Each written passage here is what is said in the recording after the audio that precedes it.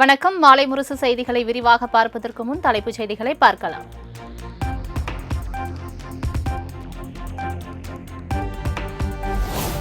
டெல்லியில் 4ஆம் கட்ட மெட்ரோ ரயில் திட்டம் உள்ளிட்ட 12,220 கோடி மதிப்பிலான திட்டங்களுக்கு பிரதமர் மோடி அடிக்கல். பல கோடி மதிப்பிலான வளர்ச்சி திட்டங்களையும் தொடங்கி வைத்தார். नमो भारत के माध्यम से राष्ट्रीय राजधानी दिल्ली से जो प्रधानमंत्री से बातचीत कर रहे हैं, कुछ ना कुछ अपनी ओर से एक भेंट लेकर आए हैं. मेट्रो की रैपिड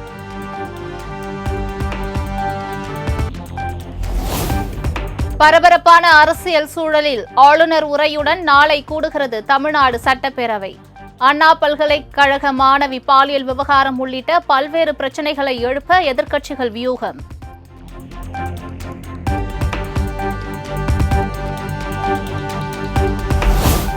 மாநகராட்சிகள், நகராட்சிகள், பேரூராட்சிகளின் எல்லை விரிவாக்கம் தொடர்பாக அரசாணை வெளியிட்டது தமிழக அரசு. பொதுமக்கள் 6 வாரங்களுக்குள் கருத்து தெரிவிக்கலாம் என அரசு விளக்கம்.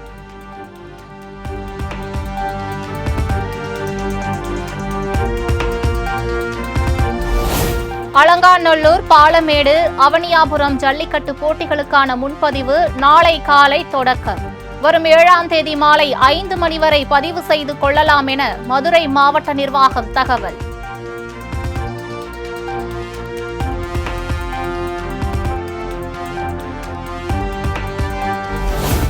தமிழகம் முழுவதும் நாளை இறுதி வாக்காளர் பட்டியல் வெளியீடு. அரசியல் கட்சிகளின் பிரதிநிதிகள் முன்னிலையில் மாவட்ட ஆட்சியர்கள் வெளியிடுகின்றனர்.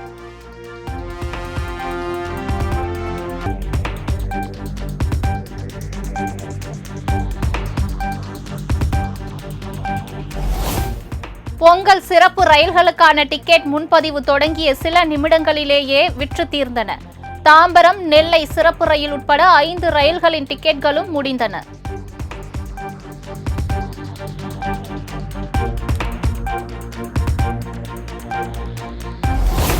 டங்ஸ்டன் சுரங்கம் அமைக்க எதிர்ப்பு தெரிவித்து மேலூர் அருகே தும்பைப்பட்டியில் கண்களை கருப்பு துணியால் கட்டிக்கொண்டு மக்கள் போராட்டம்.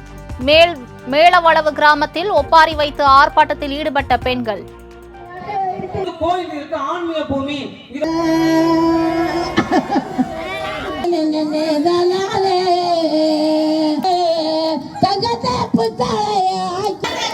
மோடி அரசை கால் வைக்காதே, நமது மலைகளை பாதுகாப்போம்.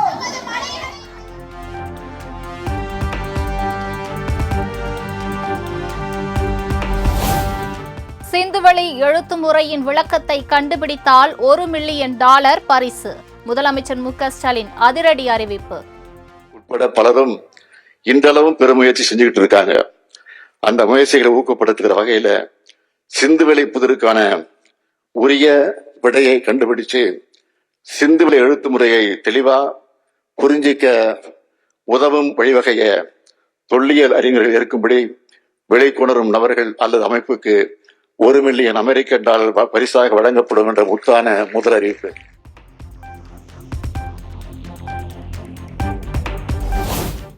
கீழடி குறியீடுகளும் சிந்துவெளி குறியீடுகளும் 60% ஒத்துப்போகின்றன. சிந்துவெளி காலமும் தமிழ்நாட்டின் இரும்பு காலமும் சமகாலத்தவை எனவும் முதலமைச்சர் மு.க. ஸ்டாலின் பேச்சு. ஒப்பீட்டளவுல ஒற்றுமைகளை காணப்படுகிற இந்த மேடையில் வெளியிடப்பட்ட ஆய்வு நூல் விரிவா விளக்குது. சிந்துவெளி நகரத்தில் வணிக நோக்கத்துக்காக பயன்படுத்தப்பட்ட முத்திரைகள் இடம்பெற்றிருக்கக்கூடிய குறியீடுகளையும் தமிழ்நாட்டில் அகழ்வாய்களை கிடைக்கிற குறியீடுகளையும் ஒப்பிட்டு பார்க்கும்போது 60 விழுக்காடு குறியீடுகள் ஒரே தன்மையிலான குறியீடுகள்.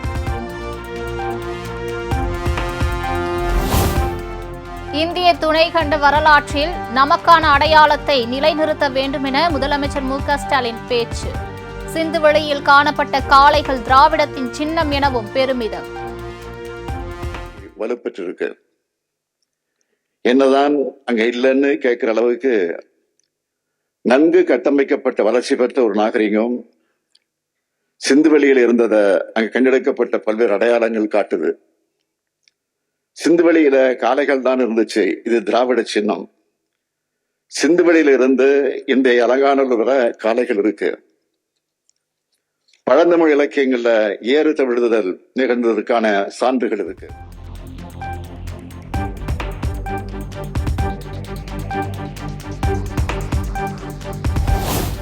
சென்னையில் முதலமைச்சர் மு க ஸ்டாலின் பங்கேற்ற நிகழ்ச்சியில் கருப்பு நிற துப்பட்டா அணிந்து வந்தவர்களுக்கு அனுமதி மறுப்பு. கருப்பு நிற துப்பட்டாவை வாங்கி வைத்த பின்னரே மாணவிகள் அனுமதிக்கப்பட்டதால் சர்ச்சை.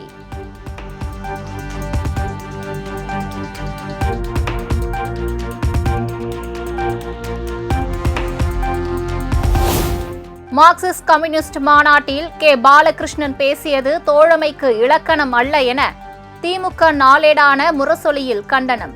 திமுக ஆட்சிக்கு எதிரான சதி கூட்டத்துக்கு தீனி போட தொடங்கி இருக்கிறார் கே. பாலகிருஷ்ணன் எனவும் விமர்சனம்.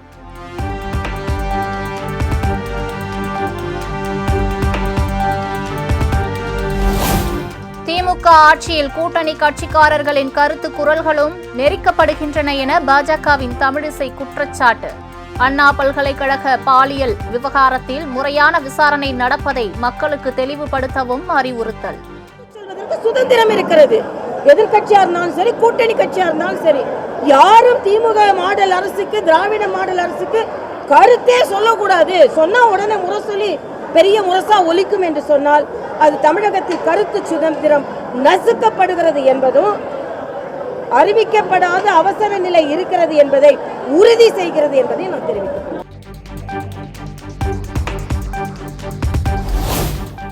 திமுக என்ற கப்பல் ஓட்டை கப்பலாகிவிட்டது என முன்னாள் அமைச்சர் செல்லூர் ராஜு விமர்சனம். மாலுமி எவ்வளவுதான் திறமையாக இருந்தாலும் கரை சேர்க்க முடியாது என பேச்சு.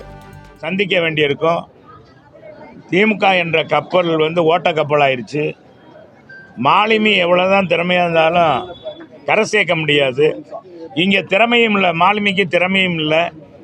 எனவே அந்த நம்பி பயணம் செய்ய முடியாது என்பதை இன்னைக்கு திமுக தோழமை கட்சிகள் இன்னைக்கு ஜனநாயகபூர்வமாக இப்பதான் குரல் எழுப்புறாங்க.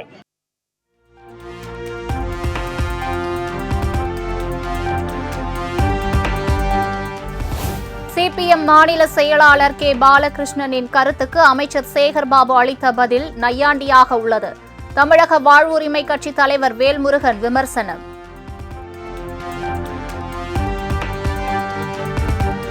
நாங்கள் அனுமதி அளிக்கிறோம் அல்லது அளித்ததற்கான எந்தெந்த இடங்களில் அளித்திருக்கிறோம் என்கிற அந்த பதிலை தந்திருக்கலாம். அதை தவிர்த்து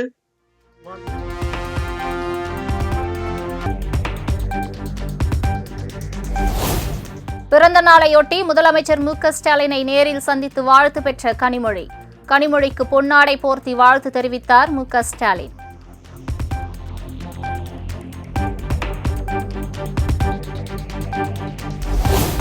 திமுக எம்பி கனிமொழிக்கு ஆதரவாக சென்னையில் ஒட்டப்பட்டுள்ள போஸ்டர்கள். கட்சியை வழிநடத்து, ஆட்சிக்கு வழிகாட்டி என்ற வாசகங்களுடன் ஒட்டப்பட்டுள்ள போஸ்டர்களால் சலசலப்பு.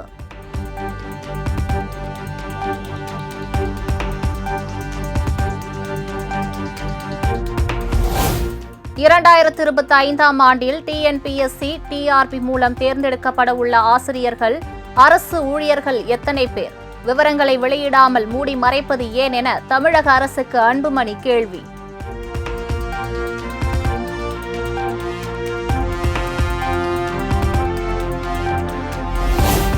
துரைமுருகன் வீட்டிற்கு அமலாக்கத்துறையினர் மிகவும் காலதாமதமாக சென்றதாக தேமுதிக பொதுச் செயலாளர் பிரேமலதா விமர்சனம். சோதனை தொடர்பான அறிக்கையை மக்களுக்கு தெளிவாக தெரியப்படுத்த வேண்டும் எனவும் வலியுறுத்தல். தலை குறிச்சு ஆடிக்கிட்டு இருக்கேன் ஆளும் ஆட்சியில. அதனால நான் பல முறை இதை சொல்லியிருக்கேன். நானும் வேலூர் மாவட்டம் தான். அங்க என்னெல்லாம் பிரச்சனைகள் நடக்குது என்பது எனக்கு தெளிவாக தெரியும். அதனால இப்ப நடந்த ரெய்டே மிக மிக காலதாமதம். இன்னைக்கு அவரு டெல்லிக்கு போய் யாரை சரி கட்டுறதுக்காக டெல்லிக்கு போறாருன்றது தெரியல. ஆனா ஒரு விஷயம் மட்டும், ரெய்டு போறது மட்டும் இல்ல, என்ன ஆவணங்களை அங்க பிடிச்சிங்க என்பதை மக்களுக்கு உள்ளங்கை நெல்லிக்கனியா தெளிவுபடுத்தணும். திமுக ஆட்சி குறித்து பாலகிருஷ்ணன் கூறிய கருத்தே தமிழகத்தில் உள்ள அனைத்து கட்சிகளின் கருத்து என டிடிவி தினகரன் பேட்டி. ஹிட்லர் ஸ்டைலில் முதலமைச்சர் ஸ்டாலின் ஆட்சி நடத்தி வருவதாகவும் விமர்சனம். அதாவது சிபிஎம் மாநில தலைவர் சொன்ன கருத்து தான் இங்கே உள்ள அனைத்து கட்சிகளினுடைய கருத்தும்.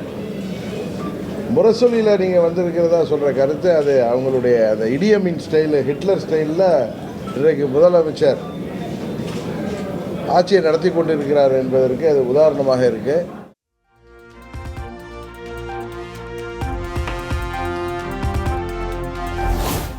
தமிழகத்தில் 2553 மருத்துவர் காலி பணியிடங்கள் விரைவில் நிரப்பப்படும். பெரம்பலூரில் 50 லட்சம் மதிப்பீட்டில் கட்டப்பட்டுள்ள சுகாதார அலகை திறந்து வைத்த பிறகு அமைச்சர் மா சுப்பிரமணியன் பேட்டி.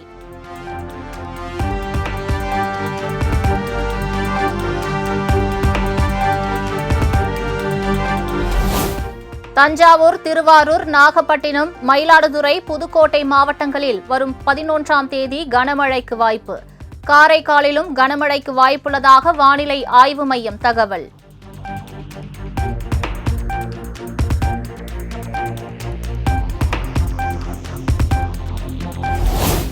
ஞானசேகரனின் 2 மனைவிகளின் வங்கி பரிவர்த்தனையை ஆய்வு செய்கிறது சிறப்பு புலனாய்வு குழு. கோட்டூர்புரம் வீடு, பிற சொத்துக்கள் குறித்தும் விசாரணை.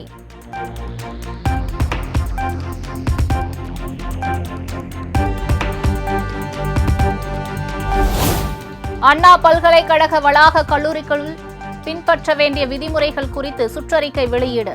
பாலியல் சீண்டல்களுக்கு எதிராக புகார் வந்தால் உடனடியாக நடவடிக்கை எடுக்க வேண்டும் என பதிவாளர் உத்தரவு.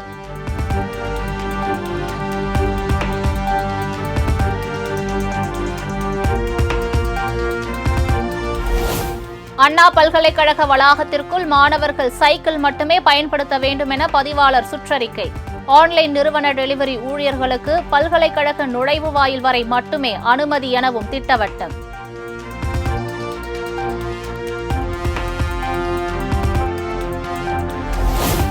ராமநாதபுரம் RS மங்கலம் அருகே ஆரம்ப சுகாதார நிலையத்தில் மருத்துவர் இல்லாததால் சிகிச்சை கிடைக்காமல் இளைஞர் உயிரிழந்ததாக புகார்.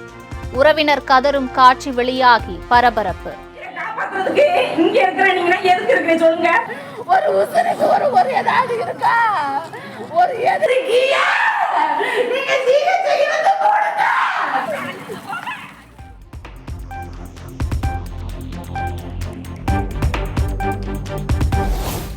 மெட்ரோ ரயில் சேவையில் சீனா அமெரிக்காவிற்கு அடுத்ததாக உலகின் 3வது பெரிய நாடாக உருவெடுத்தது இந்தியா.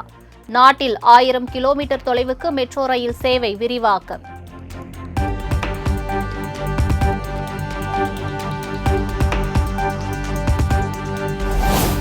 திருமணம் ஆகாத ஜோடிகளுக்கு இனி ஓயோவில் அறை கிடையாது. முதற்கட்டமாக உத்தரப்பிரதேச மாநிலம் மீரட்டில் புதிய விதிகள் அமல்.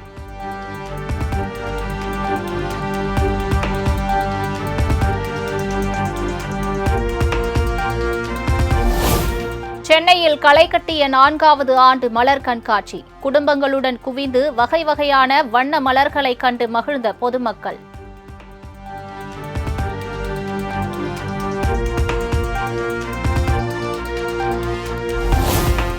குமரியின் குற்றாலம் என்று அழைக்கப்படும் திற்பரப்பு அருவியில் குவிந்த சுற்றுலா பயணிகள்.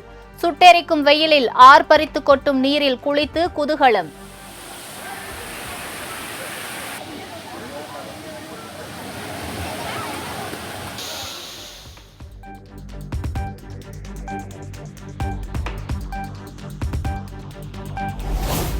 வார விடுமுறையை முன்னிட்டு வேளாங்கண்ணி புனித ஆரோக்கிய அன்னை ஆலயத்தில் குவிந்த சுற்றுலா பயணிகள். பிரார்த்தனை செய்த பக்தர்கள் கடலில் குடும்பத்தினருடன் உற்சாகமாக நீராடி மகிழ்ச்சி.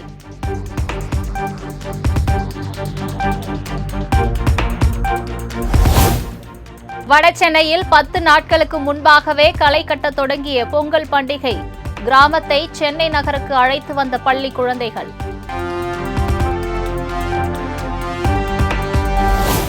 நீலகிரி மாவட்டத்தில் வசிக்கும் தோடர் பழங்குடியின மக்களின் மோர்பர் திருவிழா. பாரம்பரிய உடை அணிந்து கோவிலில் சிறப்பு பிரார்த்தனை, கலாச்சார நடனமாடி உற்சாகம்.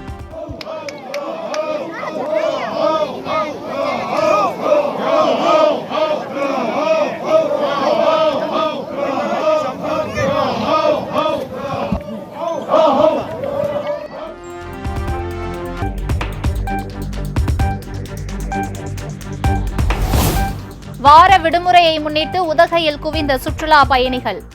பைக்கார படகு இல்லத்தில் படகு சவாரி செய்து மகிழ்ச்சி.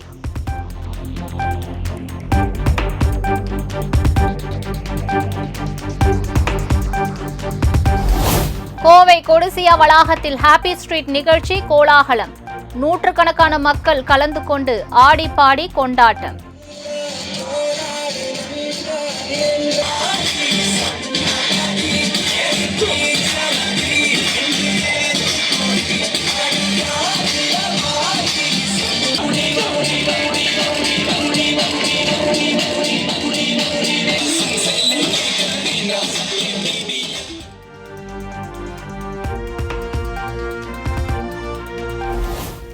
தேனி மாவட்டம் கம்பம் அருகே மாட்டு வண்டி எல்கை பந்தயம் தொடர்பாக ஏற்பட்ட மோதல். விளக்கச் சென்ற போலீசாருடன் கைகலப்பில் ஈடுபட்ட இருவர் கைது.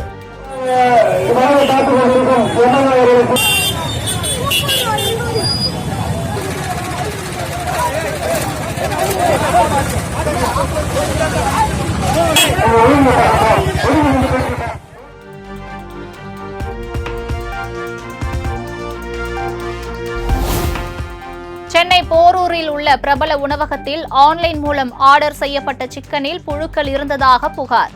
புழுக்களுடன் உணவகத்திற்கு வந்த வாடிக்கையாளரால் பரபரப்பு.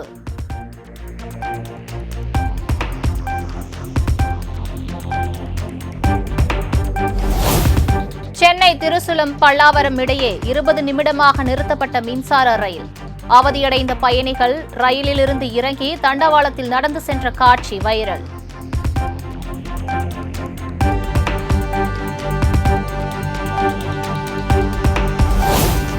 கன்னியாகுமரி மஞ்சளுமூடு பகுதியில் தனியார் பார் அமைக்க எதிர்ப்பு. 100க்கும் மேற்பட்ட பொதுமக்கள் முற்றுகை போராட்டத்தில் ஈடுபட்டதால் பரபரப்பு.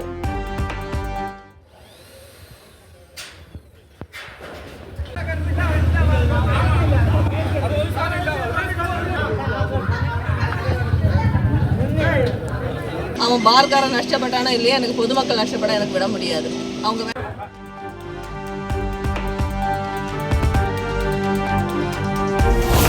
சாதியை காரணம் காட்டி எந்த மக்கள் பணியும் செய்ய விடாமல் தடுத்து நிறுத்துகிறார்கள்.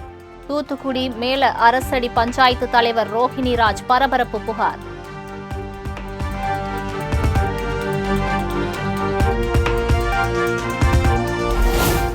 சிதம்பரம் அருகே சாலை விபத்தில் பெண் சப் இன்ஸ்பெக்டர் உயிரிழப்பு. திருமணமாகி 2 மாதங்களேயான நிலையில் கணவரும் விபத்தில் சிக்கி உயிரிழந்த துயரம்.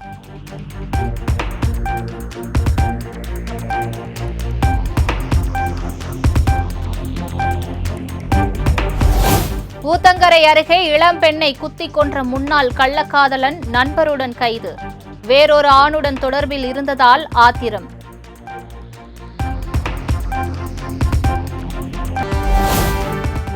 சென்னையிலிருந்து புதுச்சேரிக்கு செல்லும் அரசு பேருந்தில் மாமல்லபுரம் பயணிகளை ஏற்ற மறுப்பதாக புகார்.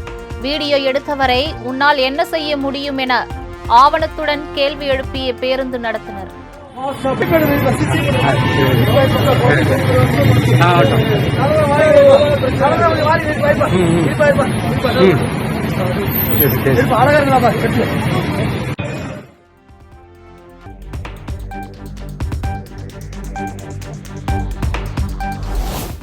தெலுங்கானாவில் விவசாய நிலம் வைத்திருந்தால் ஏக்கருக்கு 12,000 ரூபாய் மானியம் ஆண்டுதோறும் வழங்கப்படும் என முதலமைச்சர் ரேவந்த் ரெட்டி அறிவிப்பு.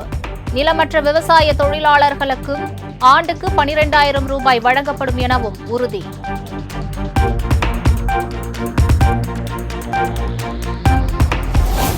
உலகின் மிகவும் வயதான நபராக கருதப்பட்ட மூதாட்டி ஜப்பானில் 116 வயதில் காலமானார். அமைதியான முறையில் உயிர் பிரிந்ததாக குடும்பத்தினர் தகவல்.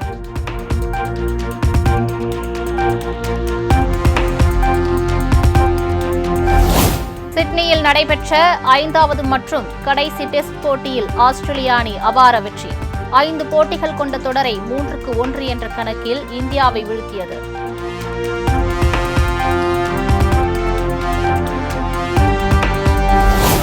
எட்டு ஆண்டுகளுக்கு பிறகு பார்டர் கவாஸ்கர் கோப்பையை இழந்தது இந்திய அணி. பேட்டிங்கில் தொடர்ந்து சொதப்பிய இந்திய பேட்ஸ்மேன்கள், கிரிக்கெட் ரசிகர்கள் கடும் அதிருப்தி.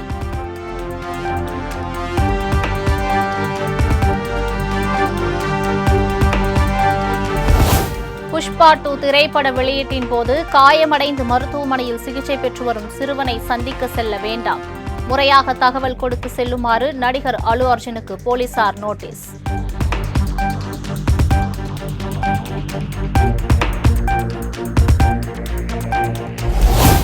நல்ல கதை கிடைத்தால் ரஜினிகாந்துடன் சேர்ந்து படம் எடுப்பேன். திரைப்பட இயக்குனர் சங்கர் விருப்பம். திரும்பி நீங்க வந்து ரஜினி சார் கூட சேர்ந்து பண்ணிட்டு வாய்ப்பு ஸ்டோரி ஏதாவது